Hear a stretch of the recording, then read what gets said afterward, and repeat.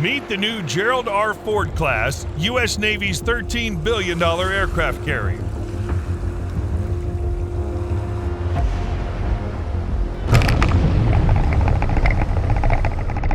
The Gerald R. Ford class aircraft carrier, a technological marvel and symbol of American naval supremacy, ushers in a new era of maritime warfare capabilities.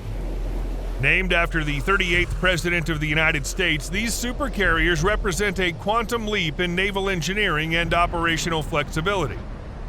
With new technologies and advancements in various systems compared to legacy-class carriers, the Gerald R. Ford carriers are ahead of their time, leaving history in the past and paving the way for their own future.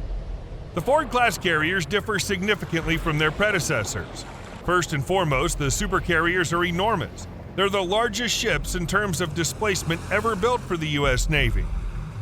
Spanning a length of approximately 1,092 to 1,106 feet, weighing 100,000 tons with a price tag of around $13 billion, the Ford class incorporates more than 23 new technologies, comprising dramatic advances in the propulsion system, electromagnetic aircraft launch system, advanced arresting gear, machinery controls, radars, and integrated warfare systems. These innovations will support a 33% higher sortie generation rate at a significant cost savings when compared to Nimitz-class carriers. The Gerald R. Ford class also offers a significant reduction, approximately $4 billion per ship, in life cycle operations and support costs compared to the earlier Nimitz-class. The new technology and warfighting capabilities that the Gerald Ford brings to the fleet will transform naval warfare, supporting a more capable and lethal forward-deployed U.S. naval presence. In an emerging era of great power competition, Ford-class will serve as the most agile and lethal combat platform in the world, with improved systems that enhance interoperability among other platforms in the carrier strike group, as well as with the naval forces of regional allies and partners. Another distinctive feature of the Gerald Ford is its 11 advanced weapons elevators, capable of lifting heavier loads up to 24,000 pounds compared to those on other carriers. The movement of weapons from storage and assembly to the aircraft on the flight deck has been streamlined and accelerated. Ordnance will be lifted to the centralized rearming location via higher capacity weapons elevators that use linear motors. The elevators are located so that ordnance need not cross any areas of aircraft movement, thereby reducing traffic problems in the hangars and on the flight deck. In 2008, Rear Admiral Dennis M. Dwyer said these changes would make it hypothetically possible to rearm the airplanes in minutes instead of hours. Furthermore, the USS Gerald Ford is equipped with two A-1B nuclear reactors. These reactors are smaller and simpler, requiring fewer crew members, yet they're significantly more powerful than the Nimitz-class A-4W reactor. Two reactors are installed on each Gerald R. Ford class carrier, providing a power generation capacity at least 25% greater than that of the two A-4W reactors in a Nimitz-class carrier. The Navy expects that the Gerald R. Ford class will remain part of the fleet for 90 years, until the year 2105. This means that the class must effectively adopt new technology over the decades. Currently, only half of the electric power generation capacity is utilized by planned systems, with the remaining half available for future technologies. A growing fleet. It's anticipated that there will be 10 ships in this Ford class. Thus far, 5 have been announced: USS Gerald R. Ford, CVN-78, USS John F. Kennedy, CVN-79, USS Enterprise, CVN-80, USS Doris Miller, CVN-81, and CVN-82. The USS Gerald R. Ford, CVN-78, is the pioneering aircraft carrier of its class and represents the first new aircraft carrier design in over 40 years. The keel of the Ford was laid on November 14, 2009. Laying the keel is the formal recognition of the start of a ship's construction. On November 9, 2013, the Ford was christened by Susan Ford Bales, the daughter of Gerald R. Ford. I christen the United States ship Gerald R. Ford. May God bless the ship and all who sail her.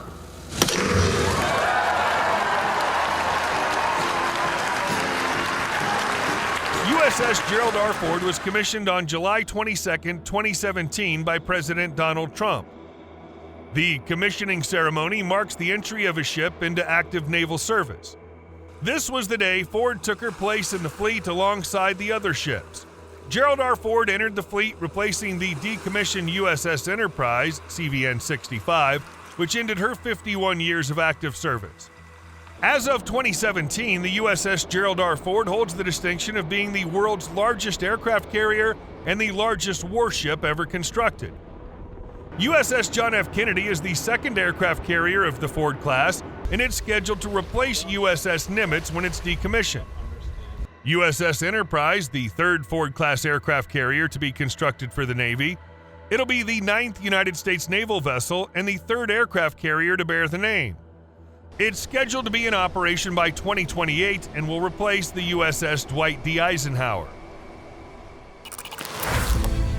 Carrier Air Wing. The aircraft carrier with its embarked carrier air wing is a preeminent asset for the maintenance of maritime superiority across the oceans of the globe. History has time and again shown the invaluable benefits of having the capability to bring decisive air power to bear from the sea.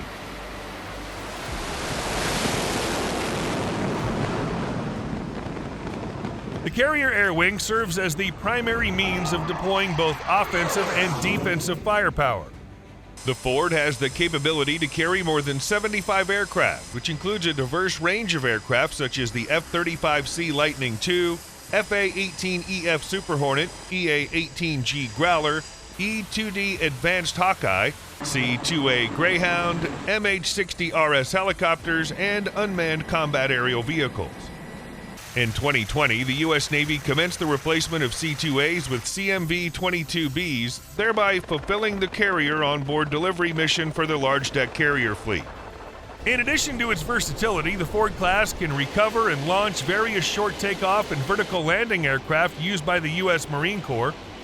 Furthermore, the ship's design margins allow for the integration of future next-generation aircraft known as the FA-XX fighter jet.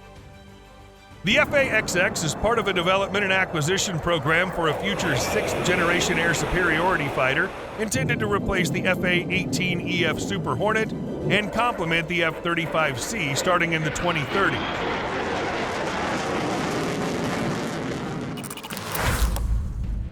Ford Defensive Systems. In addition to the carrier's air wing, the Gerald R. Ford-class aircraft carrier is equipped with a formidable array of defensive weaponry.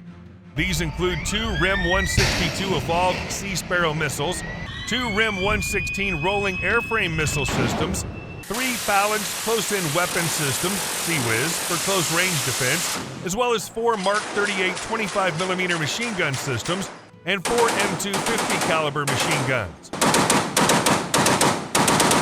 The Ford's generous electrical capacity means that the ship could potentially host laser self-defense weapons.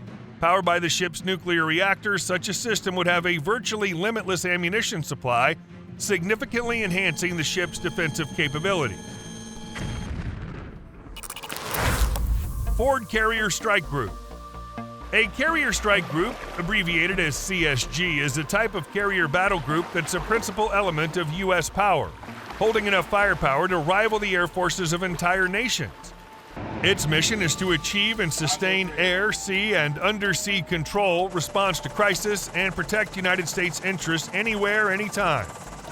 Known for being powerful, mobile, flexible, independent, and sustainable, a carrier strike group typically contains roughly 7,500 personnel and a variety of ship types, including a nuclear-powered aircraft carrier, at least 1 cruiser, and a destroyer squadron with at least 2 destroyers or frigates. A carrier strike group also, on occasion, includes submarines, attached logistic ships, and a supply ship. The carrier strike group commander operationally reports to the commander of the numbered fleet, who is operationally responsible for the area of waters in which the carrier strike group is operating. Ford-class carrier strike groups have the capability to strike targets from 1,000 miles away and can extend their reach even farther with aerial refueling. As noted by Brian Clark, a former U.S. Navy officer and defense expert at the Hudson Institute, these groups possess the ability to defend against air, missile, and submarine threats, and can maintain maritime security over an area spanning hundreds of square miles. Aircraft carriers have long been used to project strength and deter hostile forces.